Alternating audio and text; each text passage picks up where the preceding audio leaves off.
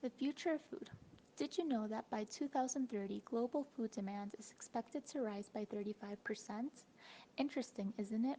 Here are three food innovations that will represent the future of our food, help feed the world's growing food demands, and promote a sustainable global food production.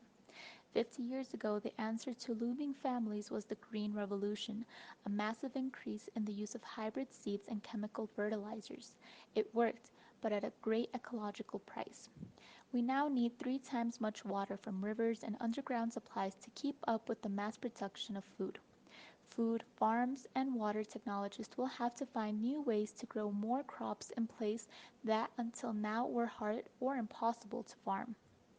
Nowadays, major airlines and shipping companies are investing on switching to algae oil instead of using their conventional oil. Commercial algae farms can produce from 5,000 up to 10,000 gallons of oil per acre, compared to just 3,000 gallons of ethanol biofuel per acre grown through crops like maize. What is more, it can feed millions of animals and act as fertilizers without needing to invest in other harmful products. If we think about replacing all U.S.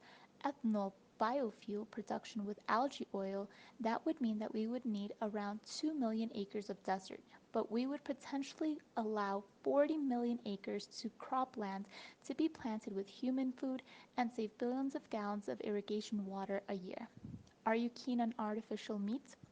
Artificial or cultured meat is grown from stem cells in giant vats. As a fun fact, cattle now occupies nearly one quarter of all cultivable land, and growing crops for animal feed takes up another 25%. Scientists in Holland and Britain are developing edible tissues grown from stem cells in laboratories to develop alternatives for meat. Artificial meat wins hands down in environmental stakes, using far less water, energy, and land, and few ethical objections have been raised. Have you heard about Xing Li? If not, let me quickly introduce him to you. He is a plant breeder, and after 12 years' work with the Chinese Academy of Agricultural Science, he and his team developed green super rice, which produce more grain but which have produced more resistance to droughts, floods, salty water, insects, and diseases.